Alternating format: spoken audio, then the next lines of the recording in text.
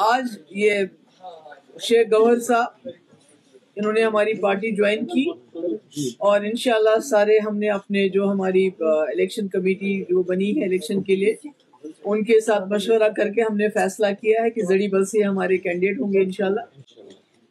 और हम चाहते हैं कि जो शहरी श्रीनगर में हम ऐसे कैंडिडेट दें जो अच्छे हो, पढ़े लिखे हो, दीनदार हो, क्योंकि श्रीनगर के साथ मुफ्ती साहब को खास अकीदत थी और मुफ्ती साहब को आपको याद होगा कि जो आखिरी दौरा था वो भी उनका डाउन टाउन का था। और हमारी भी कोशिश रहेगी कि श्रीनगर के लोगों की प्रॉब्लम्स बहुत ज़्यादा हैं, बहुत मुश्किलात हैं। यहाँ गरीबी भी बहुत है, एक एक घर में 4-4 फैमिलीज रहते हैं। इसके लिए भी मुफ्ती साहब का एक प्रोग्राम था कि इनको बाहर ले जाएंगे, मगर अब हमारा अगर इंशाल्लाह हमारी सरकार बनी तो वी विल गो वर्टिकल, कि जहां हम बनाते हैं मैरिज हॉल्स बनाते हैं, दूसरी चीजें बनाते हैं, तो मैरिज हॉल्स के साथ साथ अगर हमें जगह मिलेगी तो हम बड़ी बड़ी बिल्डिंग्स बनाएंगे, फ्लैट्स बनाएंगे, जहां हम ये जो घर में जो उनमें कंजेशन है उसको दूर करेंगे। और शहरी श्रीनगर में बेरोजगारी भी बहुत है, गाँव में हमारा रहबर तालीम है, बाकी स्कीम्स है। कोशिश करेंगे श्रीनगर की जो मुफ्ती साहब का जो एक इरादा था श्रीनगर को लेके, उसमें मुझे लगता है गवर्नर साहब जैसे जो हमारे लोग आज ज्वाइन कर रहे हैं ये भी हमें शहरी श्रीनगर को डेवलप कर। ख्यालात की जंग होती है और जो ख्याल बेटर होता है वो प्रिवेल अपॉन होता है। तो इसलिए मैं समझती हूँ कि बहुत देर कर दी। इंजीनियर रशीद साहब को भी रिलीज करना चाहिए, शबीर शाह साहब को भी, और भी जो हमारे जो जेलों में जो हमारे लोग हैं तो जिनको वो कहते हैं कि जमानत तो मिलनी चाहिए, जमानत भी नहीं मिलती। अब बहुत अफसोस की बात है। तो मुझे उम्मीद है कि उनको रिलीज, और भी जो हमारे इसके अलावा जो हमारे नौजवान हैं जो कोई नामवर लोग नहीं है, आम नौजवान हमारे जेलों में बंद है और मुल्क के जेलों में बंद है, उनकी हालत बहुत खराब है। उनके माँ बाप बहुत गरीब है, वो वहां तक जा भी नहीं सकते हैं। तो मैं कहती हूँ गवर्नमेंट ऑफ इंडिया चूंकि इलेक्शन का प्रोसेस शुरू किया आपने, आप बार बार कहते हैं कि हम जम्मू कश्मीर के लोगों के साथ रिकंसिलेशन चाहते हैं, तो मैं कहती हूँ जेलों के दरवाजे खोल दीजिए तो रिकंसिलेशन का एक सिलसिला शुरू हो जाएगा। Thank you so much.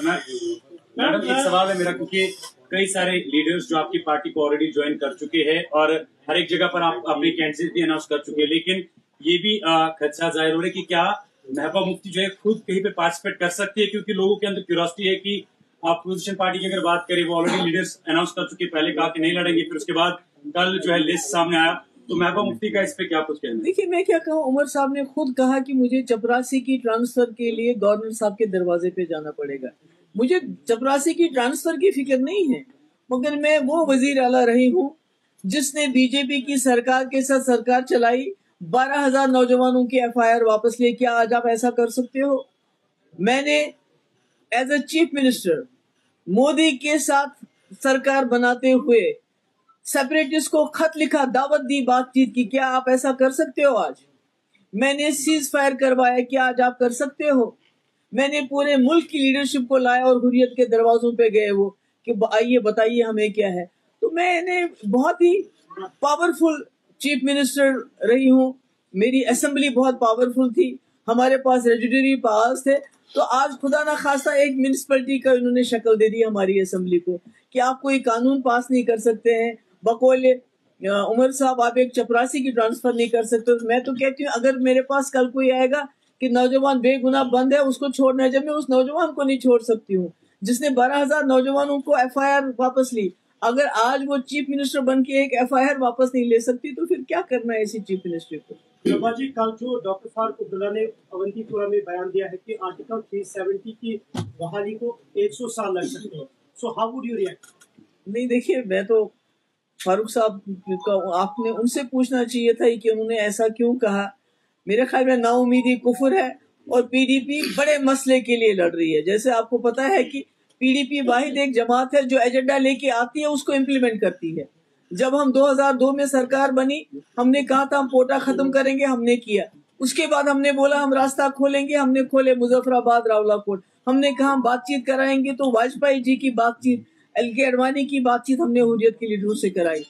तो हम तो अपने एजेंडे पे चलते हैं और आज भी हमारा एजेंडा है कि मसले कश्मीर मसला है, उसको आप इग्नोर नहीं कर सकते। तो उसको हल करने के लिए जो 370 है उसको भी रेस्टोर करना बहुत जरूरी हो जाएगा। एनसी और कांग्रेस की अलायंस के बाद पीडीपी का इस आने वाले इलेक्शन में क्या एक्सपेक्टेशन? देखिए, हम तो हमेशा अकेले लड़े हैं। 99 से जब से हमारी जमात बनी है, हम तो हमेशा अकेले लड़े हैं और लोगों के सहारे लड़े हैं, लोगों को की तकलीफें दूर करने के लिए लड़े हैं। मैं तो कांग्रेस में थी, सीएलपी लीडर थी, मुफ्ती साहब मेंबर पार्लियामेंट थे, तो हमने छोड़ के एक ऐसा प्लेटफॉर्म पीडीपी बनाई जिसका काम है, जिसका बेसिक एजेंडा है जम्मू कश्मीर को एक बाइज्जत दौर में लाना, एक पीस विद डिग्निटी देना। तो हम उस एजेंडे को लेके चले। हमारे साथ कोई चलता है, नहीं आता है, लोग हमारे साथ होने चाहिए। चुनाव में आ रहे हैं, उनका वेलकम किया जा रहा है, लेकिन दूसरी ओर अगर हम देखें एम्प्लॉइज को नौकरी से निकाला जा रहा है कि आपके पिता या आपके कोई रिलेटिव थे वो मिलिटेंट। बहुत गलत है। वही तो मैं कह रही हूँ कि लोगों को जेलों में बंद करना, एम्प्लॉइज को बिला वजह नौकरियों से निकालना, उनसे ये हक भी छीन लेना। वो अदालत में जाएंगे तो डर लगता है उनको कि हमें जेल में न डाल दें। जर्नलिस्ट को यूएपीए के अंदर बंद करना, तो मैं कहती हूँ ये ख्यालात की जंग है जिसको आप इस तरह नहीं जीत सकते। आप ताकत के बलबूते पे जम्मू कश्मीर का जो मसला है उसको हल नहीं कर सकते। आपको रिकंसिलिएशन, रीच आउट करना पड़ेगा यहाँ के लोगों के साथ, उसके बगैर कोई चारा नहीं। और मेरे ख्याल में ये जो शबीर शाह साहब हैं या दूसरे, उनको छुड़ाना, उनको जेलों से रिहा करना, ये एक अच्छी बात है। गांधीनगर से इशफाक जबार जो है उमर अब्दुल्ला साहब लड़ रहे हैं, लेकिन उसी के अपोजिशन में ये भी खबरें आ रही है कि शायद इशफाक जबार साहब जो है अपनी पूरी पार्टी के साथ पीडीपी को ज्वाइन। अभी ऐसा कोई ऐसे मेरे पास ऐसी कल फारूक साहब ने इनडायरेक्टली एक बहुत बड़ी मैसेज दी है। जब उनसे पूछा गया कि जमात इस्लामी के पार्टिसिपेंट्स आ रहे हैं इसमें, उन्होंने इनडायरेक्टली ये बात कहा, इसको कल सबके सामने कहा कि ये अच्छी बात है जमात इस्लामी के लोग आए, इससे बेहतर कि वो चोरी छुपे सपोर्ट करें। क्या पास्ट में भी ये चोरी छुपे सपोर्ट आप थोड़ा इलेबोरेट कर सकते हैं? दूसरा, जो अलायंस कांग्रेस और नेशनल कॉन्फ्रेंस के दरमियान हुआ है, उसका किस तरह का इम्पैक्ट पीडीपी पर है? क्योंकि कल थोड़े से उसकी एक झलकी हमें पुलवामा में देखने को मिली। देखिए, पहली बात तो मैं ये कहना चाहूंगी कि जो जमात को लेके फारूक साहब ने बयान दिया है, तो मैं समझती हूँ कि ये कोई पहली बार ऐसा रिलेशनशिप नहीं है इनका। 87 में जब जमात फील्ड में थी, मैदान में थी, तब भी ये कांग्रेस एनसी अलायंस उस वक्त हुई। और उसके बाद क्या हुआ मुझे वो बताने की जरूरत नहीं है कि हमारे हजारों लाखों घर उजड़ गए, हजारों नौजवान हमारे शहीद हो गए, क्योंकि उस वक्त भी जमात इस्लामी को कहिए या मफ को कहिए, उनको बाहर रखने के लिए, असेंबली से बाहर रखने के लिए बहुत बड़े पैमाने पे इन्होंने धांधली की, जिसका आज भी हमारे कब्रिस्तान भरे हुए हैं।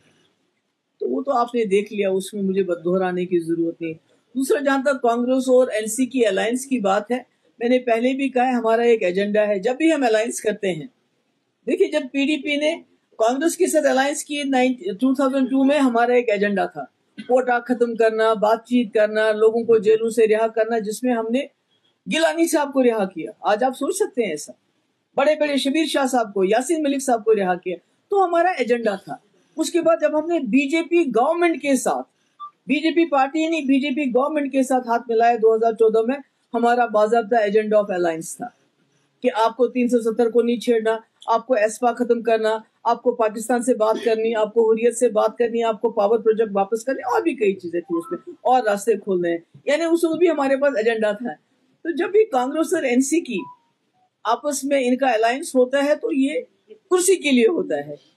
तो अगर मुफ्ती साहब को कुर्सी चाहिए होती 2014 में, नेशनल कॉन्फ्रेंस भी ऑफर कर रही थी, कांग्रेस भी ऑफर कर रही थी, तो मेरे ख्याल में अलायंस पीडीपी के लिए इट गोज बियॉन्ड पावर।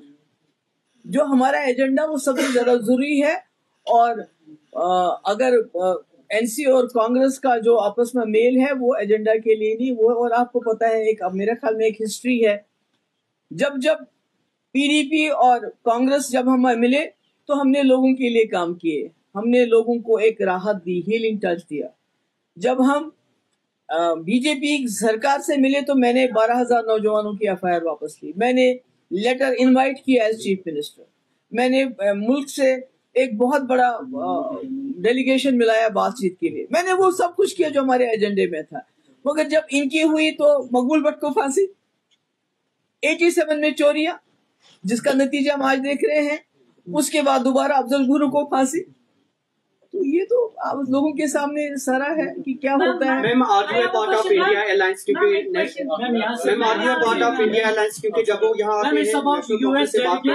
دیکھیے میں نے کہا ہمارا ایجنڈا ہے, ہم شیٹ شیئرنگ میں الائنس میں نہیں یقین رکھتے ہیں, ہم ایجنڈے پہ یقین رکھتے ہیں. Just one question, U S diplomat جو ہے وہ یہاں کے پولیٹیکل لیڈر سے ملے, این سی پی سی سے ملے, did they approach you? And also my another second question is, do you think that outsiders are keeping a watch on Jammu and Kashmir elections like US? ارے وہ تو مجھے معلوم نہیں ہے کہ کون آیا کب آیا, تو مجھے اس کے بارے میں کوئی انفارمیشن نہیں. Thank you so much.